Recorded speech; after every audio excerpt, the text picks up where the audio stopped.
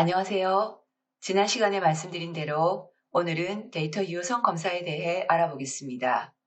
화면에 보조금 지급 현황표가 있는데 데이터를 추가해 보겠습니다. C6 선택하고 주민번호, 여성만 입력 가능하다고 오류가 났습니다. 뒷자리를 2로 바꾸고 이름, 이메일 주소, 키보드를 영문으로 바꾸지 않았는데 영문으로 입력되었습니다. 지급일은 오늘 날짜를 입력해 볼까요? 2020년 1월 1일부터 2020년 12월 31일까지의 날짜를 입력해야 합니다.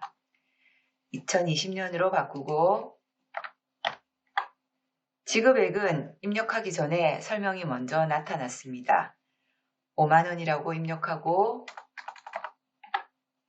담당자는 목록에서 선택해주면 되는데 이때 직접 입력해도 됩니다.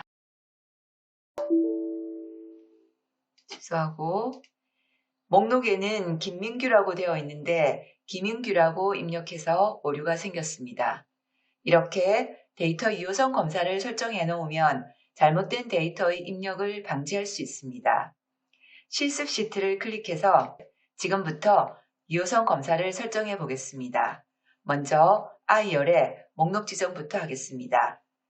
I4부터 I13까지 드래그하고 데이터 메뉴로 가서 데이터 도구에 있는 데이터 유효성 검사를 클릭합니다. 이때 위에 있는 아이콘을 클릭하면 데이터 유효성 검사 창이 바로 뜨고 밑에 있는 데이터 유효성 검사라는 글자를 클릭하면 한 번 더 데이터 유효성 검사를 클릭해야 합니다. 유효성 규칙은 제일 앞에 있는 설정 탭에서 설정해 줍니다. 제한 대상에 모든 값이라고 되어 있는데 화살표 클릭하고 목록으로 바꾼 다음 원본에 마우스 클릭하고 항목을 직접 입력해주면 됩니다.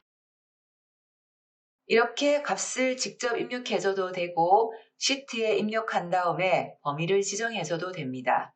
입력 값을 지우고 직원 연락처 시트로 가서 B3부터 B6까지 드래그하고 확인. 이번에는 H열의 직업에게 유효성 설정을 하겠습니다. H4부터 H13까지 드래그하고 데이터 유효성 검사. 제한 대상은 정수. 제한 방법은 해당 범위라고 되어 있는데 화살표를 클릭해보면 제외 범위도 있고 크다, 작다, 크거나 같다, 작거나 같다 등이 있습니다.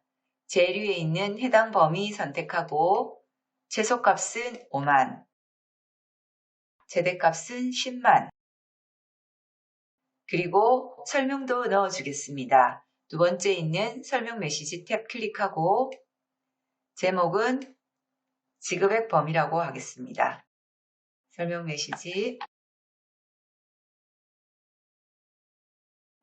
확인.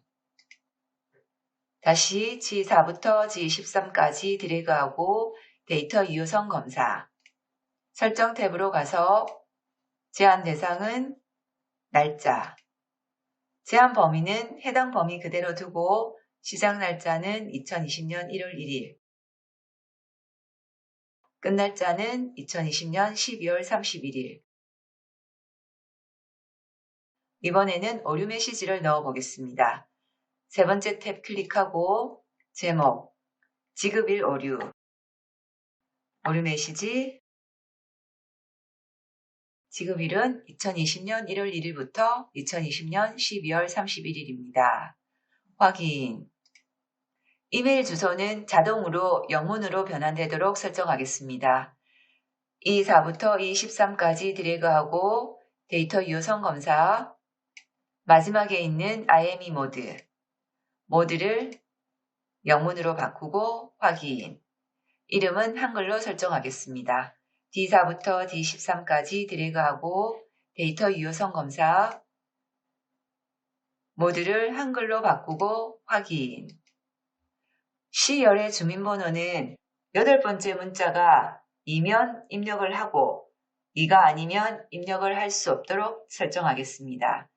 C4부터 C13까지 드래그하고 데이터 유효성 검사 설정으로 가서 제한 대상에 사용자 지정, 수식에 마우스 클릭하고 equal mid 가로 열고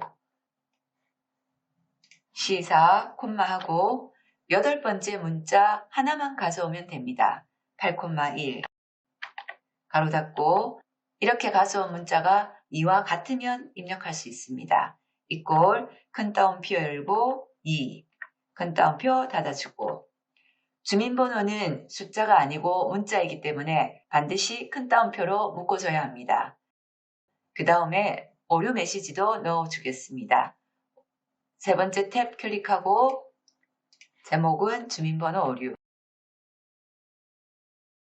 확인. 이제 데이터를 입력해 보겠습니다. 뒷자리를 1로 시작했더니 오류가 생겼습니다. 다시 시도 2로 바꿔주고 이름, 이메일 주소, 지급일은 이번에도 오늘 날짜 넣어보겠습니다. 지급일 오류 메시지가 떴습니다. 다시 시도해서 2020년으로 바꾸고 지급액 5만원, 담당자 목록 버튼 클릭해서 선택해 줍니다. 이렇게 유효성 검사를 설정해 놓으면 입력 오류를 방지할 수 있는데 문제는 유효성 검사를 설정하기 전에 입력해 놓은 데이터에는 적용되지 않는다는 것입니다. 지급일 중에는 날짜가 2019년인 것도 있습니다.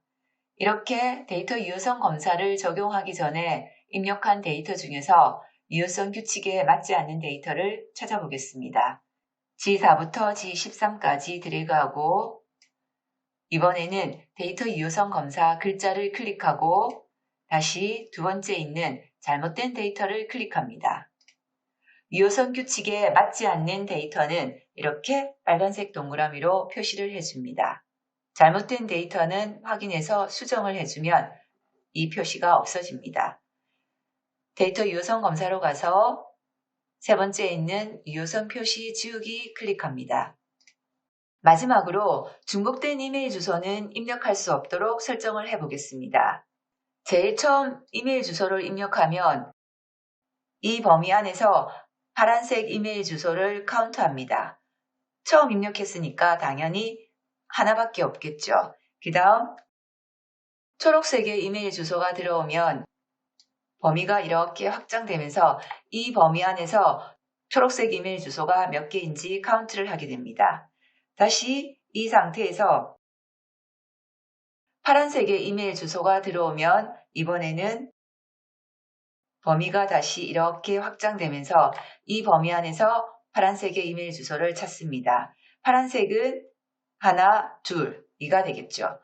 이렇게 카운트를 해서 2가 나오면 입력을 할 수 없도록 설정하겠습니다. 먼저 연습부터 해보겠습니다. D3부터 D9까지 드래그하고 Ctrl C, K3 선택해서 Ctrl V, 이름을 카운트하는 수식을 작성해 보겠습니다.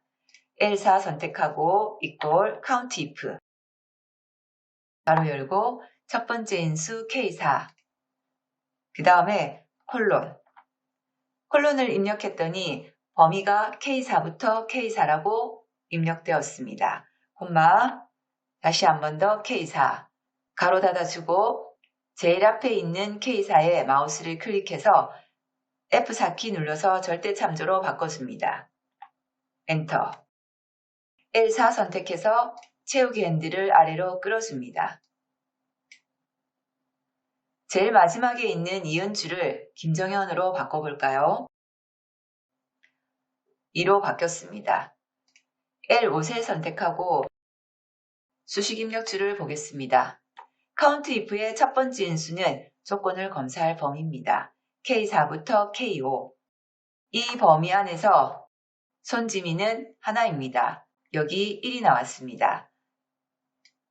이렇게 한 칸 내려오면 범위는 이렇게 늘어나야 되겠죠.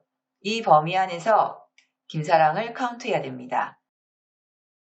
다시 이렇게 내려오면 조건을 검사할 범위는 또 한 칸 내려와서 범위가 이렇게 됩니다. 그리고 이 범위 안에서 각보람이 몇 개인지 카운트를 하게 됩니다. 그럼 이걸 이메일 주소에 적용을 해보도록 하겠습니다.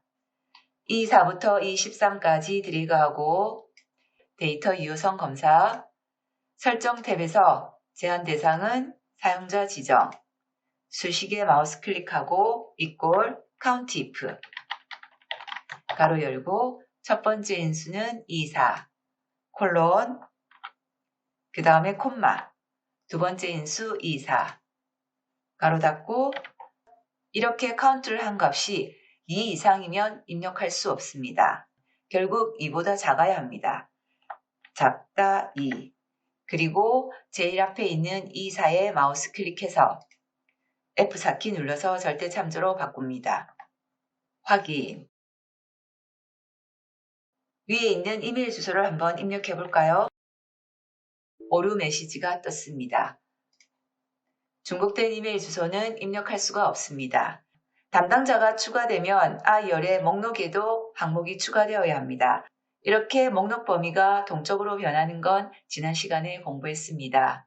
이제부터는 데이터 유효성 검사를 활용해서 업무의 효율을 높여보시기 바랍니다. 이번 시간은 이것으로 마치겠습니다. 고맙습니다.